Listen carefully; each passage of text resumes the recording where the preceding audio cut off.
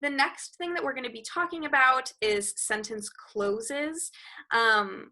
It's spelled close with a Cloze, but I like to think of it as like actually like closing the sentence because that's essentially what it is. So sentence closing is when you start off a sentence and you don't finish it, and you're just kind of like waiting for the child to fill in the blank. So yeah, it's a fill in the blank prompt for a target word or structure. It's going to help with word retrieval, right? So it gives the child the time to think about what word I'm looking for and then fill in the blank. It encourages the children to engage, and it also increases their confidence and motivation to speak. So if you have a really shy child or a child who doesn't like to participate as much, this is a great strategy to use because it's low pressure, and they are not having to make, we talk a lot about MLU in this class, so that's the length of their sentences, how many words are in it. And so a lot of these kids that don't have a lot of words and aren't able to make long sentences, this is a great starting point for them because they only have to provide 1 or 2 words to fill in the blank, but they're also hearing the whole sentence that you started for them. So they're getting that input of, okay, this is how the whole sentence starts, but it's less pressure on me because I only have to fill in 1 or 2 words at the end.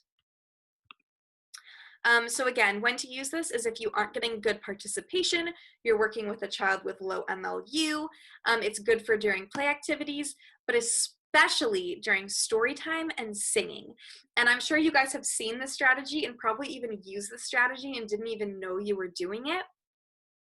So I'll give you guys a couple examples of using it during story time and singing.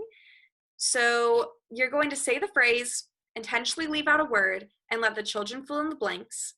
The prompts, you can use any prompt you want. So if you have the storybook, you can be holding it and be pointing at something. You could have a calendar up in front of you if you're going over the days of the week and have them fill in like, today is, and you could point at the calendar. You could use your voice to lead them into it. You could have the child holding something like a pointer to point to it, and they have to point and then say it. So there's a lot of different ways that you can use this strategy, and I love this strategy. I use it all the time, especially in small groups. If you're like in circle time, it's a really great way to make sure the kids aren't talking over each other. Everybody has a different chance to participate because you can call on different children. So you really can adjust this to the situation, context, child, and what you're wanting to elicit out of them. So remember that always. Whenever you're doing these strategies, you need to remember, why am I using this strategy, right? You don't want to just do a strategy just to do it. So in this strategy, you're thinking like, okay, I'm introducing something kind of more complex, or I'm in a large group and I don't want to embarrass a child by making them have to say a super long sentence if they have low language, right? So here are a couple examples. So if you're playing with a doll, you could say, oh, the doll is crying. I bet she's... And if you just sit and be silent, the child, first of all, is going to notice something's wrong because they didn't hear the end of the sentence, and they know they didn't hear the end of the sentence. They're going to look at your confused face, and they're either going to look back at you confused, because if you're doing this for the first time, they might be like, what the heck are you doing? Why aren't you finishing your sentence? Or they're going to fill in the blank with hungry, tired, sad, whatever their example or whatever their background knowledge is, they're going to fill in the blank with that. And if they don't fill in the blank, you could be like, how do you think she's feeling? Right? And then they'll fill it in, and then you can try it again in a couple minutes and just be like, oh, now the doll is laughing. I bet this time she's, and then they'll fill in the blank. So if you also inflect your voice up, that's going to signal to the child that you're not done. So kids, when they're infants, start parsing language by type of sentence.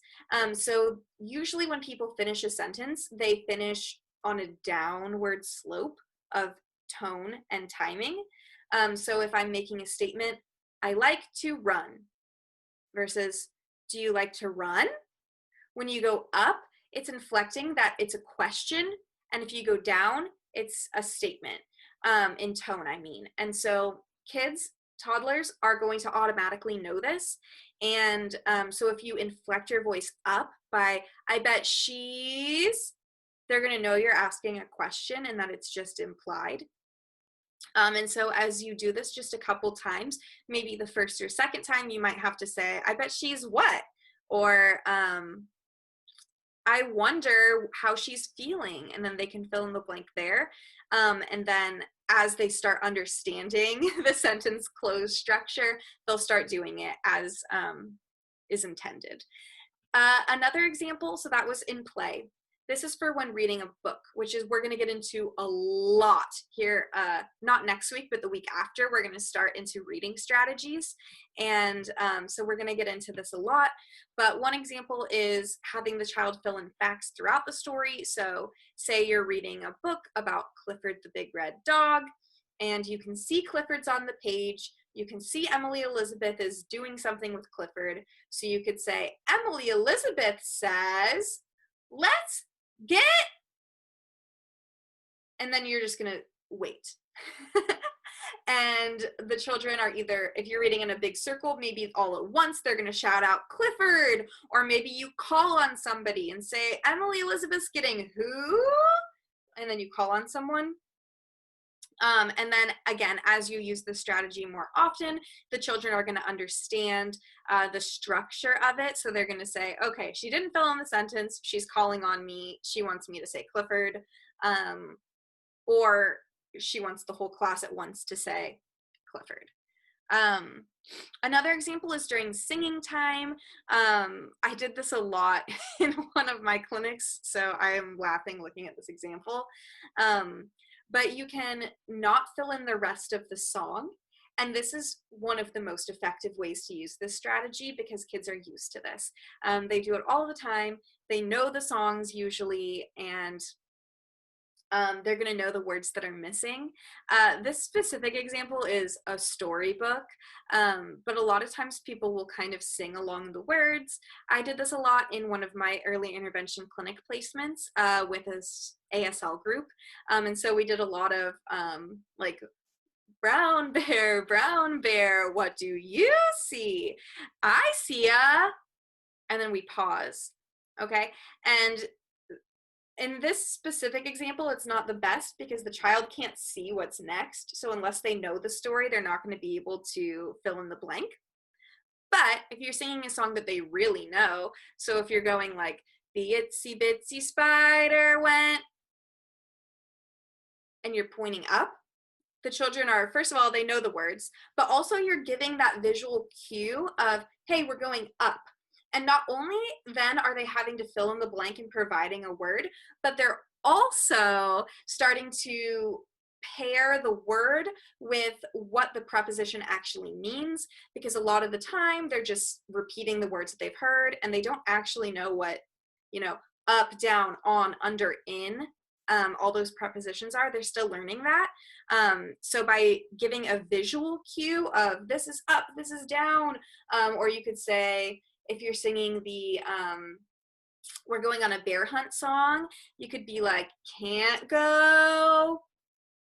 And because it's so repetitive, the children are going to learn, like, you can't go over it, you can't go under it, you have to go through it, right? And so by providing those hand signals with the pauses, it's giving the children a time to think about what the word is, what the hand signal means, pair the word with the hand signal, and it keeps them actually engaged instead of just singing along mindlessly or blindly. And so I think this is a really effective strategy during singing. I also like using it during reading. I think during circle time is the best time to use this, or in a small group. I think one-on-one it can be effective, but it's not always the most effective. I think that this first example is a great example of how to use it, working with emotions, because kids at this age are still learning their emotions, pairing emotions with actions, and also they don't always comprehend what other people are feeling. So maybe they know what it feels like when they're angry, but they don't know what angry always looks like on somebody else, especially if the kid is having problems with pragmatics. So if they do have autism, or another social communication disorder, this is a really effective strategy to show, hey, if this is what somebody's doing, this probably is how they're feeling. And then the child can start pairing that with, okay, I know how it feels when I feel this way. And so it can be really effective in a social communication way as well.